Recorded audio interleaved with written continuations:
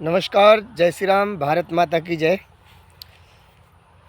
दोस्तों, मैं फिर आपके सामने प्रस्तुत हूँ, आपके सामने आया हूँ एक नए विषय के साथ और बहुत ही दिलचस्प विषय है। जैसे कि कल करवा चौथ हमारा आ रहा है, तो हमारी बहन बेटियाँ अपने पति की लंबी उम्र हेतु ये व्रत रखती हैं। तो आज मैं इसी विषय पर आपसे चर्चा करने वाला हूँ। कृपया कर मेरे साथ बने रहें। मैं उत्तम लाल बंसल, सागर, मध्य प्रदेश से हूँ। जैसा कि कल हमारे यहाँ करवा चौथ है और पूरे भारतवर्ष में यह हिंदू धर्म के लिए यह व्रत मनाया जाता है।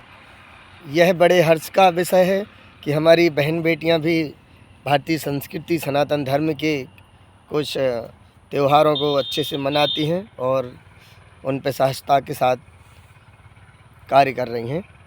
दूसरा, इस विषय को इस जो हमारा त्यौहार है, कल जो हमारा व्रत है, उस व्रत को हम कैसे मनाएं, उसका परिणाम कैसे क्या मिलेगा और किस तरीके से मनाएं, उस विषय पर मैं आज बात करने वाला हूं।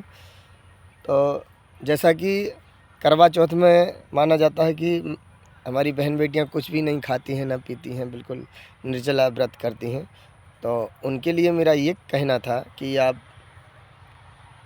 भोजन को तो त्यागते ही हैं उस दिन, यदि कुछ और त्याग सकें तो बड़ी कृपा होगी। मात्र एक दिन भोजन त्यागने से कुछ नहीं होता है, आपको कुछ और भी त्याग करना पड़ेगा। जैसे कि मेरे और मेरे पति के बीच में किन गतिविधियों को लेकर लड़ाई होती है, झगड़े होते हैं, उन कुरीतियों, उन अवगुणों को त्यागना होगा आपको, और आपके क्रोध को, आपके अहम को त्यागना होगा, ताकि आपके परिवार में कभी लड़ाई झगड़े ना हो। सिर्फ अहम को लेकर जो लड़ाई झगड़े पति पत्नी में होते हैं, उन अवगुणों को आप करवा चौथ के दिन से त्यागें। वैसे तो ये अवगुण होना नहीं चाहिए। एक परिवार, यदि कुशल परिवार आप व्यतीत करते हैं, तो ये अवगुण त्यागना है आपको। अपना अहम त्याग के समर्पण रखना है, त्याग की भावना रखनी है, तभी जाके आप अपने पति की लंबी आयु के लिए और लंबी आयु का जो आप कल व्रत करने वाले हैं, उसका परिणाम मिलेगा। क्योंकि यदि आप एक दिन भूखे रहते हैं, ठीक है, एक दिन खाना नहीं खाते, वह दिन आपके लिए बहुत अच्छा होता है। यदि आप इसी तरह प्रत्येक दिन को एक नया दिन माने तो कितना अच्छा होगा। आपके परिवार में लड़ाई नहीं होगी। और अधिकतम लड़ाइयाँ कुछ ऐसे ही अहम के कारण होती है, चाहे वो पति में हो या पत्नी में हो। जब पत्नी आपके लिए इतना बड़ा व्रत करती है, तो एक पति की भी रिस्पॉन्सिबिलिटी बनती है कि मैं उसे किस तरीके से खुशहाल रखूं, अच्छा रखूं, देखभाल करूं उसकी। तो मेरा सभी से कहना यही है कि आप भोजन तो त्याग ही रहे हो, साथ में उन सभी गतिविधियों को त्यागो जिससे आपके परिवार में विघ्न उत्पन्न होता है, आपके पति की नहीं बनती है। क्यों नहीं बनती है? उन सभी अवगुणों को आपको त्यागना होगा, तब जाके इसका परिणाम आपको मिलेगा, इस व्रत का परिणाम आपको मिलेगा। देखिए, हमारे परिवार में जो लड़ाइयाँ होती हैं, और आप जैसे एक दिन भोजन त्याग त्याग सकती हैं, पति के बगैर नहीं खाती हैं, क्या ऐसा प्रतिदिन नहीं हो सकता? क्या बताइए आप, है ना? हो सकता है, यदि आप चाहें तो वैसा प्रतिदिन भी हो सकता है। आप में वो क्वालिटी है कि आपका पति कितना भी नाराज़ क्यों ना हो, आपकी एक मुस्कान से वो उसकी नाराज़गी दूर हो सकती है। ये चीज़ आप में, ये क्वालिटी आप में आना चाहिए, तभी जाके उस व्रत का सही परिणाम आपको मिल पाएगा। क्योंकि एक दिन तो आपने भोजन त्याग दिया, बड़ी उसके साथ उसको पूछते हैं, और दूसरे दिन क्या होता है, वो सभी लोग सुबह हुई तो वही गतिविधियाँ चालू, डेली लड़ाई, भोजन बनाना, ये करना, पैकिंग करना, कपड़े पे प्रेस करना, कपड़े धोना, डेली इसी तरीके से लड़ाई होती है।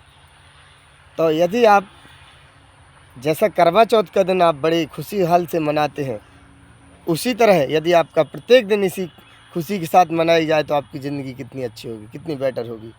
यदि आपका पति आपको डांट देता है, तो उसमें कौन सी बुरी बात है तो आपका पति कुछ अच्छे के लिए डांटा होगा।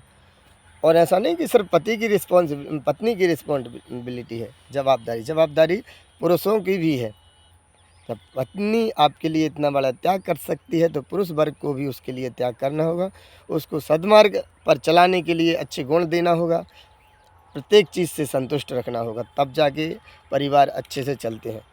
तो मेरे कहने का तात्पर्य ये है कि आप इस व्रत को तो कर ही रही हैं, भोजन को एक दिन त्याग ही रही हैं, साथ में वो सभी अवगुण त्याग हैं जिसके कारण आपके पति असंतुष्ट रहते हैं, परिवार में क्लेश उत्पन्न होता है, तो उन सभी को त्यागना होगा आपको।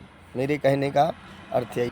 तो मेरी माताएं बहनें जो भी यह व्रत कर रही हैं, कृपया कर अपनी पति की लंबी आयु के साथ साथ मानसिक तनाव उसको उत्पन्न ना हो, ऐसे अवगुणों को भी आपको त्यागना होगा कल के दिन से। और जैसा दिन आपका कल आप मनाती हैं बड़ी खुशहाल के साथ और खुशी के साथ, उत्साह के साथ, उसी तरह आपको प्रत्येक दिन उसी तरह मनाना होगा जिस तरह करवा चौथ मनाती हैं। जिस तरह हम करवा चौथ को मनाते हैं उस तरह प्रत्येक दिन को आप अच्छे से मनाइए। भोजन बनाते हैं आप, तो भोजन को आप मन से बनाइए कि ये हमारा कर्तव्य है, हमारा धर्म है। ऐसा नहीं कि जल्दी जल्दी बना दी और फेंक दी कि ले जाओ खाओ, है ना। यदि आपका वो कर्म है, उस कर्म को आप मन से करोगे, आत्मा से करोगे, तो उस भोजन का स्वाद अलग ही होगा। तो मेरा सबसे कहने का तात्पर्य यही है कि भोजन के साथ साथ आपको उन अवगुणों को त्यागना होगा जिससे आपके पति की मानसिक और शारीरिक गतिविधियों को क्षय होता है, घर में क्लेश होते हैं, लड़ाइयाँ होती हैं, उन सभी अवगुणों को त्यागना होगा। और एक अच्छे परिवार और एक अच्छी पत्नी का आपको फ़र्ज अदा करना है, तो इन सबको त्यागना होगा। आप ये बड़ी प्रसन्नता की बात है कि सभी हमारे हिंदू धर्म का जो त्यौहार है करवा चौथ उसको मना रही हैं। बढ़िया तरीके से मनाइए और समर्पित रहिए। हमारे परिवार में ऐसी कोई लड़ाई ना हो, ऐसे अवगुण ना हो, ऐसी गतिविधियां ना हो, ताकि हमारे परिवार में लड़ाइयाँ उत्पन्न हो। ठीक है, तो मेरे कहने का अर्थ है। और यदि मेरी किसी बात से आपको आघात पहुंचता है किसी को, तो मैं आप सभी से क्षमा चाहता हूं। पर यदि हमें परिवार बचाना है तो हमें अपने अहम को त्यागना होगा, समर्पित रहना होगा, चाहे वो माँ हो, बाप हो, बहन हो, भाई हो, सबके लिए और सबके प्रति त्याग समर्पित से रहना होगा। भारत माता की जय। जय श्री राम।